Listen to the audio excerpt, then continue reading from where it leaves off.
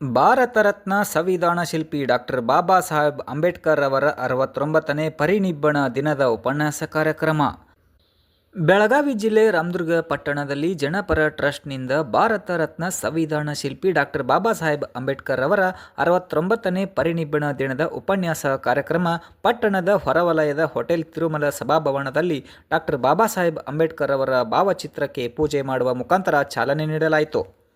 ಜನಪರ ಟ್ರಸ್ಟ್ ರಾಜ್ಯಾಧ್ಯಕ್ಷ ಸುಭಾಷ್ ಚಂದ್ರ ಗೋಡ್ಕೆ ಪ್ರಾಸ್ತಾವಿಕವಾಗಿ ಮಾತನಾಡಿದರು. ಡಾಕ್ಟರ್ ಬಾಬಾ ಸಾಹೇಬ್ ಅಂಬೇಡ್ಕರ್ ಅವರ 69ನೇ ಪರಿನಿಬ್ಬಣ ದಿನದ ಉಪನ್ಯಾಸ ಕಾರ್ಯಕ್ರಮದ ಅಧ್ಯಕ್ಷತೆ ವಹಿಸಿ ಬೆಳಗಾವಿ ಡಿಸಿಸಿ ಬ್ಯಾಂಕ್ ನಿರ್ದೇಶಕ ಮಲ್ಲಣ್ಣ ಯಾದವಾಡ್ ಮಾತನಾಡಿದರು. ಮುಖ್ಯ ಭಾಷಣಕಾರರು ನಿವೃತ್ತ ಪ್ರಾಂಶುಪಾಲರು ಎಸ್ ಕೊಡ್ತೆ ಡಾಕ್ಟರ್ ಬಾಬಾ ಸಾಹೇಬ್ ಅಂಬೇಡ್ಕರ್ ಅವರ 69ನೇ ಪರಿನಿಬ್ಬಣ ದಿನದ ಉಪನ್ಯಾಸ ನೀಡಿದರು. ಜೊತೆಗೆ ಕಾಂಗ್ರೆಸ್ ಮುಖಂಡರು ಹಾಗೂ ಕೆಎಂಯು ಅಧ್ಯಕ್ಷ ಮೊಹಮ್ಮದ್ ಶಫಿ ಬೆಣ್ಣಿ, ದಲಿತ ಮುಖಂಡರು ಬಿಆರ್ ದೊಡ್ಮನಿ ಮಾತನಾಡಿದರು. ಈ ಸಂದರ್ಭದಲ್ಲಿ ಡಾಕ್ಟರ್ ಈರಣ್ಣ ಕಲಾದಗಿ, ಚೆನ್ನಪ್ಪ ಮಾದರ್, ಹಿರಿಯ ಪತ್ರಕರ್ತರು ಜಹೂರ್ ಹಾಜಿ, ಮಾಜಿ ಜಿಲ್ಲಾ ಪಂಚಾಯತ್ ಸದಸ್ಯರು ನಾಗರಾಜ್ ಕಟ್ಟಿಮನಿ, ರಾಜಶೇಖರ್ ಶೆಲವಡಿ, ಮಾಜಿ ಪುರಸಭೆ ಉಪಾಧ್ಯಕ್ಷರು ಇನ್ನಿತರರು ಉಪಸ್ಥಿತರಿದ್ದರು. ಭಾರತಕ್ಕೆ ಒಂದು ದೊಡ್ಡ ಗ್ರಂಥ ಅಂತಕ್ಕಂಥದ್ದು ಬಾಬಾ ಸಾಹೇಬ್ ಅಂಬೇಡ್ಕರ್ ಸಂವಿಧಾನ ಅಂತ ಅನ್ನೋದನ್ನ ಯಾರು ಮರಿಬಾರದು. ಆ ಸಂವಿಧಾನ ಕೊಡದೇ ಇದ್ರೆ ಇವತ್ತಿನ ದಿವಸ ನಾವೆಲ್ಲರೂ ಬೀದಿಯಲ್ಲಿ ಬಿಗಾರಿಗಳಾಗ್ತಿದ್ದೀವಿ. ಆ ಸಂವಿಧಾನ ಕೊಟ್ಟಿರ್ತಕ್ಕಂಥ ಮಹಾನಾಯಕ ಯಾರಾದರೂ ಇದ್ರೆ ಅದು ಬಾಬಾ ಸಾಹೇಬ್ ಅಂಬೇಡ್ಕರ್ ಅಂತ ಹೇಳಿ ಇಚ್ಛಪಡ್ತೀನಿ.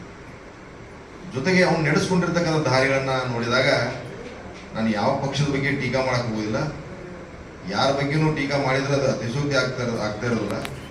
ಬಾಬಾ ಸಾಹೇಬ್ ಅಂಬೇಡ್ಕರ್ನ ಜೀವಿತ ಅವಧಿಯೊಳಗೆ ಯಾವ ರೀತಿ ನಡೆಸ್ಕೊಂಡ್ರು ಅನ್ನೋದನ್ನ ಇವತ್ತು ದಿವಸ ನಾವು ಮಾರ್ಮಿಕವಾಗಿ ಮಕ್ಕಳಲ್ಲಿ ಒಂದು ಇತಿಹಾಸ ಅಂತ ಇದೆಯಲ್ಲ, ಆ ಇತಿಹಾಸ ಬಿಡೋದೊಳಗೆ ನಾವು ಇವತ್ತು ದಿವಸ ಅದನ್ನು ನೋಡ್ಬೇಕಾಗ್ತದೆ. ಯಾಕಂದ್ರೆ ಬಾಬಾ ಸಾಹೇಬ್ ಅಂಬೇಡ್ಕರ್ ಚುನಾವಣೆಯಲ್ಲಿ ಸೋತರು. ಬಾಬಾ ಸಾಹೇಬ್ ಅಂಬೇಡ್ಕರನ್ನ ಬೀದಿಯಲ್ಲಿ ಹೇಳಿಸುವಂತ ನಿಟ್ಟಿನಲ್ಲಿ ಕೆಲಸ ಮಾಡಿದರು. ಬಾಬಾ ಸಾಹೇಬ್ ಅಂಬೇಡ್ಕರ್ ಅವರು ಮರಣ ನಂತರ ಬಾಬಾ ಸಾಹೇಬ್ ಅಂಬೇಡ್ಕರ್ಗೆ ಅವರು ಇವತ್ತು ದೆಹಲಿ ಒಳಗ ಒಂದು ಪವಿತ್ರವಾಗಿರ್ತಕ್ಕಂಥ ಒಂದು ದೆಹಲಿ ಒಳಗ ಅವನಿಗೆ ಜಾಗ ಕೊಡಲಾರ್ದ ಇವತ್ತು ಮುಂಬೈಗೆ ಬಂದು ಶಿವ ಸಂಸ್ಕಾರ ಮಾಡುವಂತ ಪರಿಸ್ಥಿತಿ ನಿರ್ಮಾಣ ಆಯಿತು. ಬಾಬಾ ಸಾಹೇಬ್ ಅಂಬೇಡ್ಕರ್ ಅವರು ಕಲಿತಿರ್ತಕ್ಕಂಥ ದಿನಗಳಲ್ಲಿ ಒಂದು ಕೆಟ್ಟ ವಿಚಾರಗಳನ್ನ ಇಟ್ಕೊಂಡಿರ್ತಕ್ಕಂಥ ಬಾಬಾ ಸಾಹೇಬ್ ಅಂಬೇಡ್ಕರ್ ಇಡೀ ದೇಶಕ್ಕೆ ಒಂದು ಸಂವಿಧಾನವನ್ನ ಇವತ್ತು ನೋಡ್ರಿ, ಬೇರೆ ಬೇರೆ ದೇಶದೊಳಗ ಸಂವಿಧಾನವನ್ನು ಬದಲಾವಣೆ ಮಾಡ್ಬೇಕಾದ್ರೆ ಅಲ್ಲಿ ಒಂದು ಕಮಿಟಿ ಅಂತ ಇರ್ತದ, ಒಂದು ಪಾರ್ಲಿಮೆಂಟ್ ಅಂತ ಇರ್ತದ. ಆದ್ರೆ ಯಾವ ಪಾರ್ಲಿಮೆಂಟ್ಗೂ ಸಹಿತ ಹತ್ತಿರವಾಗಿರ್ತಕ್ಕಂಥದ್ದು, ಯಾವ ಪಾರ್ಲಿಮೆಂಟ್ಗೂ ಸಹಿತ ಅದನ್ನು ಬದಲಾವಣೆ ಮಾಡಿರ್ತಕ್ಕಂಥ ಒಂದು ದೊಡ್ಡ ಸಂವಿಧಾನ ಕೊಟ್ಟಿರ್ತಕ್ಕಂಥದ್ದು ಒಂದು ಕೊಡುಗೆ ಅದು ಬಾಬಾ ಸಾಹೇಬ್ ಅಂಬೇಡ್ಕರ್ ಅಂತ ಹೇಳಿ ಇಷ್ಟಪಡ್ತಾರೆ. ಜೊತೆಗೆ ಇವತ್ತಿನ ದಿವಸ ನಾವೆಲ್ಲರೂ ಇವತ್ತಿನ ದಿವಸ ಒಂದು ವಿಚಾರಗಳನ್ನ ಮಾತನಾಡ್ತಿದ್ದೀವಿ. ಇವತ್ತು ಸಂಗೊಳ್ಳಿ ರಾಯಣ್ಣ ಆಗಿರ್ಬೋದು, ರಾಣಿಗಳು, ಬೇರೆ ಬೇರೆ ರಂಗದಲ್ಲಿ ನಾವು ಬೇರೆ ಬೇರೆ ನಾವು ಹೋಲಿಕೆ ಮಾಡಿದಾಗ ಬಾಬಾ ಸಾಹೇಬ್ ಅಂಬೇಡ್ಕರ್ ಅವರು ಸ್ವತಂತ್ರಕ್ಕಿಂತ ಪೂರ್ವದೊಳಗೆ ಏನು ಹೋರಾಟವನ್ನು ಮಾಡಿದಾರಲ್ಲ, ಆ ಹೋರಾಟ ಮಾಡಿರ್ತಕ್ಕಂಥ ಸವಿ ನೆನಪುಗಳನ್ನು ಸಹಿತ ಅದ್ರ ಮೇಲೆ ಬಂದಿರತಕ್ಕಂಥ ಒಂದು ಕಾನೂನುಗಳವ. ಇವತ್ತು ನಾವು ರಸ್ತೆ ಬದಿಯಲ್ಲಿರ್ತಕ್ಕಂಥದ್ದಾಗಿರ್ಬೋದು, ಮನೆಯಲ್ಲಿ ಆಗಿರ್ತಕ್ಕಂಥದ್ದಾಗಿರ್ಬೋದು, ಗಂಡ ಹೆಂಡತಿ ನ್ಯಾಯ ಮಾಡೋದಾಗಿರ್ಬೋದು, ಇವತ್ತು ಕಾಯ್ದೆ ಕಾನೂನಿನ ಚೌಕಟ್ಟಿನೊಳಗೆ ಇವತ್ತಿನ ದಿವಸ ನಾವು ಜಡ್ಜ್ ಆಗಿರ್ತಕ್ಕಂಥವ್ರು, ವಕೀಲರಾಗಿರ್ತಕ್ಕಂಥವ್ರು, ಜಡ್ಜ್ ಆಗಿರ್ತಕ್ಕಂಥವ್ರು ಸರ್ಕಾರದಿಂದ ಒಂದು ಪಗಾರ ತಗೊಂಡಿಸಿದ ನ್ಯಾಯಾಧೀಶರಾಗಿರ್ತಾರು, ಜೊತೆಗೆ ವಕೀಲರಾಗಿರ್ತಕ್ಕಂಥವ್ರು ಒಂದು ಫೀಸ್ ತಗೊಂಡಿಸಿದ ಅದನ್ನ ಪರದೆ ತಂದು ಅದನ್ನು ಬಗೆಹರಿಸುವಂತ ಕೆಲಸ ಮಾಡಿದ್ದಾರೆ. ಅದು ಎಲ್ಲನೂ ಎದರ ಅಡಿಯೊಳಗೈತೆ ಅಂತಂದ್ರೆ ಡಾಕ್ಟರ್ ಬಾಬಾ ಸಾಹೇಬ್ ಅಂಬೇಡ್ಕರ್ ಸಂವಿಧಾನದ ಅಡಿಯೊಳಗೈತೆ ಅನ್ನೋದನ್ನ ನಾವ್ಯಾರು ಮರಿಲಿಕ್ಕೆ ಆಗೋದಿಲ್ಲ ಅಂತ ಬಾಂಗ್ಲಾದೇಶದೊಳಗೆ ಏನಾಗಿದೆ ಪರಿಸ್ಥಿತಿ ಅಂದ್ರೆ ಒಂದು ಪ್ರಧಾನ ಮಂತ್ರಿ ಶೇಖ್ ಹಸೀನಾ ಅನ್ನೋರು ಇವತ್ತಿನ ಪರಿಸ್ಥಿತಿ ಏನಾಗಿದೆ, ಇವತ್ತು ಶ್ರೀಲಂಕಾದೊಳಗಿರ್ತಕ್ಕಂಥ ಸಂವಿಧಾನ ಏನಾಗಿದೆ, ಇವತ್ತು ನೇಪಾಳದೊಳಗಿರ್ತಕ್ಕಂಥ ಸಂವಿಧಾನ ಏನಾಗಿದೆ, ಬೇರೆ ಬೇರೆ ಇವತ್ತಿನ ದಿವಸ ನೋಡಿದಾಗ ಪಾಕಿಸ್ತಾನದೊಳಗೆ ಸಂವಿಧಾನ ಏನಾಗಿದೆ. ನಾವೆಲ್ಲರೂ ಆಲೋಚನೆ ಮಾಡಿದಾಗ ಭಾರತದ ಸಂವಿಧಾನ ಶ್ರೇಷ್ಠ ಸಂವಿಧಾನ, ಅದು ಬಾಬಾ ಸಾಹೇಬ್ ಅಂಬೇಡ್ಕರ್ ಸಂವಿಧಾನ ಅಂತ ಹೇಳಿ ಬಹಳ ಸಂತೋಷದಿಂದ ಹೇಳಿ ಇಷ್ಟಪಡ್ತಾರೆ. ಬಾಬಾ ಸಾಹೇಬ್ ಅಂಬೇಡ್ಕರ್ 90ನೇ ಪರಿನಿಬ್ಬಣ ನಿಬ್ಬಣದ ದಿವಸ ಒಂದು ಸುಂದರ ಸಂಜೆಯ ಸಮಾರಂಭ. ಇದನ್ನ ನಾವು ಬಹಳ ವಿಜೃಂಭಿಸಬೇಕಾಗಿಲ್ಲ. ಯಾಕಂತಂದ್ರೆ ಇದು ಒಂದು ದೃಷ್ಟಿಯಿಂದ ನೋವಿನ ಸಂಗತಿ. ಯಾಕಂತಂದ್ರೆ ಡಾಕ್ಟರ್ ಬಾಬಾ ಸಾಹೇಬ್ ಅಂಬೇಡ್ಕರ್ ಅವರು ಜೇರಕರ್ತ ದಲಿತರ ಹೊಟ್ಟಿಯೊಳಗೆ ಹುಟ್ಟದ ಕೆಲವು ಜನ ಏನು ಬ್ರಾಹ್ಮಣರ ಹೊಟ್ಟೆಯಾಗಿ ಹುಟ್ಟಿದ್ರ ಅವರು ಒಂದು ಶಾಸನ ಮಾಡ್ತಿದ್ರು. ಎಲ್ಲರ ಮನೆಯಾಗ ಕಡ್ಡಾಯವಾಗಿ ಬಾಬಾ ಸಾಹೇಬರ ಹೆಸರು ಫೋಟೋಗಳನ್ನು ಇಡಬೇಕು ಅನ್ನುವಂಥದ್ದು ದೊಡ್ಡ ದುರ್ದೈವದ ಸಂಗತಿ ಈ ದೇಶದ ಪರಿಸ್ಥಿತಿ. ಯಾಕಂತಂದ್ರ ನಾವೀಗೆಲ್ಲ ಮಾತಾಡ್ತೀವಿ, ಬರೀ ಭಾಷಣಕ್ಕಷ್ಟ ಸೀಮಿತ ಆಗ್ಬಾರ್ದು.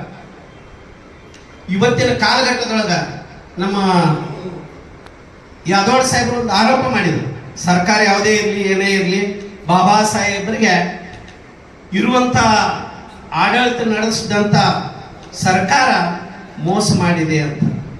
ನಿಜ ಇದೆ, ನಿಜ ಇಲ್ಲ ಅಂತಲ್ಲ. ಅದಕ್ಕೆ ಕಾರಣ ಯಾರು ಬೇಕಲ್ಲ, ಯಾಕೆ ಜಾಗ ಕೊಡಲಿಲ್ಲ, ಏನು ಮನುಸ್ಮೃತಿ ಏನು ಆಲೋಚನೆ ಇರುವಂತ ವಿಚಾರವಂತರು ಏನಿದ್ರು ಅವತ್ತಿನ ಕಾಲಘಟ್ಟದೊಳಗೆ 543 ಸಂಸದರ ಒಂದು ಇದರಾಗ ಮೇಲ್ವರ್ಗದ ರಾಕ್ಷಸರಿದ್ರೆ ಅವರು ಆ ಸರ್ಕಾರ ಯಾವುದೇ ರೀತಿ ಅವರಿಗೆ ಅವಕಾಶಗಳನ್ನು ಕೊಡ್ತಾರೋ ಅಂತ ಅಂದಿದ್ರು ಸಹಿತ ಅದನ್ನು ತಡೆಗಟ್ಟಲಿಕ್ಕೆ ಆ ಮನಸ್ಥಿತಿ ಉಳ್ಳವರು ಜಾತಿವಾದಿಗಳು ಬಹಳ ಜನ ಇರುವುದರಿಂದ ಅವರಿಗೆ ಅನ್ಯಾಯ ಆಗಿದೆ, ನಿಜ, ಎರಡು ಮಾತಿಲ್ಲ. ಆದ್ರೆ ಯಾತಕ್ಕಾಯ್ತು ಅನ್ನೋದನ್ನ ನಾವು ಇವತ್ತು ವಿಚಾರ ಮಾಡಬೇಕಾಗಿತ್ತು. ಬರೀ ಒಂದು ಪಕ್ಷಕ್ಕೆ ಆರೋಪ ಮಾಡೋದಲ್ಲ. ಅದರ ಇತಿಹಾಸ ಹೇಳ್ಕೊಂತ ಹೋದ್ರ ಪ್ರಥಮ ಚುನಾವಣೆ ಒಳಗ ಇಡೀ ಕಾಂಗ್ರೆಸ್ ಕಮಿಟಿ ಡಾಕ್ಟರ್ ಬಾಬಾ ಸಾಹೇಬ್ರ ಮನೆಯವರೆಗೆ ಹೋಗಿ ನೀವು ಕಾಂಗ್ರೆಸ್ನಿಂದ ಸ್ಪರ್ಧೆ ಮಾಡ್ರಿ, ನಾವು ನಿಮ್ಮನ್ನು ಆರಿಸ್ತರ್ತೀವಿ ಅಂತ ಹೇಳಿ ಆಹ್ವಾನ ಕೊಡ್ತಾರೆ ಅವರಿಗೆ. ಆದ್ರೆ ಬಾಬಾ ಸಾಹೇಬರು ನನಗೆ ಯಾವ ಕಾಂಗ್ರೆಸ್ನಲ್ಲಿನೂ ವಿಶ್ವಾಸವಿಲ್ಲ, ಅದಕ್ಕೆ ನನ್ನದೇ ಆದಂತ ಒಂದು ಪಕ್ಷವನ್ನು ನಾನು ಸ್ಥಾಪನೆ ಮಾಡಿ ಆ ಪಕ್ಷದಿಂದ ಇಲೆಕ್ಷನ್ಗೆ ಹೋಗ್ತಾರ ಅವರು. ಅದು ರಿಪಬ್ಲಿಕನ್ ಪಾರ್ಟಿ ಆಫ್ ಇಂಡಿಯಾ ಪ್ರಥಮವಾಗಿ ಅವರೇ ಸ್ಥಾಪನೆ ಮಾಡಿರುವಂಥದ್ದು. ಯಾಕಂದ್ರೆ ಸ್ವಲ್ಪ ಬಾಬಾ ಸಾಹೇಬ್ರ ಬಗ್ಗೆ ಮಾತಾಡಬೇಕು ಅಂದ್ರೆ ಅಧ್ಯಯನ ಬಹಳ ಮುಖ್ಯದ. ಬರೇ ಜನರನ್ನ ಯಾರೋ ಕಲ್ಲಯ್ಯ ಒಂದು ಮನೆ ಕಟ್ಟಿದ್ದ, ಮಲ್ಲಯ್ಯ ಒಂದು ಮನೆ ಕಟ್ಟಿದ್ದ ಅಂತಲ್ಲ ಇದು. ಈಗಾಗಲೇ ಹೇಳಿದ್ರು ಅವರು ಭಾಷಣದಾಗ ಬಾಬಾ ಸಾಹೇಬ್ರ ಸ್ಟ್ಯಾಚ್ಯೂ ಇಲ್ಲ ಅಂತೇಳಿ. ನಾನು ಇವತ್ತು ಈ ಹೆಮ್ಮೆಯಿಂದ ಹೇಳ್ತೀನಿ, ಇಡೀ ದೇಶದ ಉದ್ದಗಲಕ್ಕೂ ಡಾಕ್ಟರ್ ಬಾಬಾ ಸಾಹೇಬ್ ಮೂರ್ತಿಗಳನ್ನು ನಾವು ಕಾಣ್ಬೋದು. ಇಲ್ಲೇ ನಾವು ಕರ್ನಾಟಕದೊಳಗನ ಬಸವಣ್ಣನಕ್ಕಿಂತಲೂ ಹೆಚ್ಚ ಬಾಬಾ ಸಾಹೇಬ್ ಮೂರ್ತಿಗಳದಾವ. ನೀವು ಬೇಕಾದ್ರೆ ಕೌಂಟ್ ಮಾಡಿಸಿ. ಇಲ್ಲೇ ನಾನು ಬಸವಣ್ಣನ ಅವಮಾನಗೊಳಿಸ್ತೀನಿ ಅಂತ ಅಲ್ಲ.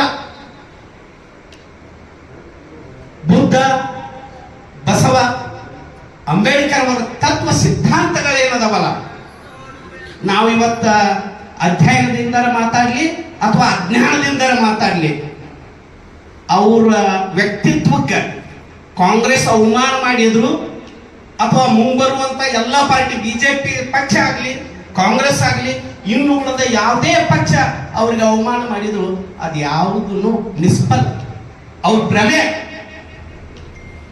ಯಾವ ಪಕ್ಷ ಬಾಬಾ ಸಾಹೇಬರಿಗೆ ಅವಮಾನ ಮಾಡಿದ್ದಾರೆ ಅಂತ ಹೇಳ್ತಾರಲ್ಲ ಅದು ಅವ್ರ ಭ್ರಮೆ ಬಿಟ್ಟ ಬೇರೆ ಮತ್ತೇನೂ ಇಲ್ಲ. ಅಲ್ಲ, ಇವತ್ತು ನಾವು ಹೇಳಬೇಕಾಗಿರೋದು ಇಷ್ಟೇ.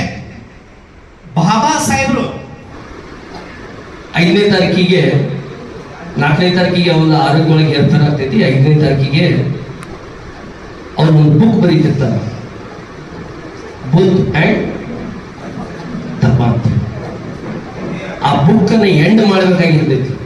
ಆವಾಗ ನಾನಾಚಂದ್ರ ರತ್ತು ಹೇಳ್ತಾರ, ನಾ ಯಾಕೆ ಹಾಳಾಗತ್ತಿದ್ದೆ ಅಂತಂದ್ರೆ, ನಾನು ನನ್ನ ಸಮುದಾಯಕ್ಕೆ ಏನೋ ಒಂದು ಕೊಡುಗೆ ಕೊಡ್ತೀನಿ, ಏನೋ ಒಂದು ಬಂಡಿ ಇಲ್ಲಿ ಮಠ ತಗೊಂಬಂದು ನಿಂಚೀನಿ. ನಾ ದೇಶದೊಳಗೆ ಈ ಬಂಡಿಯನ್ನು ಮುಂದೆ ತಗೊಂಡೋದಾರ ಯಾರು ಅದಾರೇನಂತೆ ಬಹಳಷ್ಟು ಪರೀಕ್ಷೆ ಮಾಡೀನಿ, ಯಾರೂ ನನಗೆ ಕಾಣಾಗತ್ತಿಲ್ಲ. ಈ ಬಂಡಿ ಮುಂದೆ ಹೋಗಲಿಲ್ಲ ಅಂದ್ರೂ ಅಷ್ಟ, ಈ ಬಂಡಿ ಹಿಂದೆ ಹೋಗ್ಬಾರ್ದು, ಇಲ್ಲೇ ಅಷ್ಟೇ ಇರಬೇಕು. ಈ ಎಲ್ಲಿ ಮಠ ನಾನು ತಗೊಂಬಂದಿನಿ ಅಲ್ಲಿಂದ ಎಷ್ಟು ತಗೊಂಬಂದಿಟ್ಟಿಲ್ಲ ಅಷ್ಟ ಕೆಲಸಗಳನ್ನ ಇಂಪ್ಲಿಮೆಂಟೇಷನ್ ಆದ್ರೂ ನನ್ನ ಸಮುದಾಯ ಈ ದೇಶದಾಗ ಬಹಳಷ್ಟು ಆರ್ಥಿಕವಾಗಿ ಸಾಮಾಜಿಕವಾಗಿ ಬೆಳಿತೈತೆ ಅಂತ ತಿಳ್ಕೊಂಡು ನಾನಾಚಂದ್ರ ರತ್ತು ಹತ್ರ ಹೇಳಿದ್ದಾರೆ. ಅದಕ್ಕೆ ನಾವು ಬರೀ ಅವರು ಒಂದು ಸಮುದಾಯಕ್ಕೆ ಈ ಸಂವಿಧಾನವನ್ನು ಕೊಟ್ಟಿಲ್ಲ, ಎಲ್ಲಾ ಸಮುದಾಯಗಳಿಗೆ ಅವರು ಸಂವಿಧಾನವನ್ನು ಕೊಟ್ಟಿದ್ದಾರೆ. ನಮ್ಮ ಕೆಲಸ ಹಿಂದಿನವರ ಆರೋಪಗಳು ಏನು ಮಾಡ್ಯಾರ ಅದೇ ಇಲ್ಲ.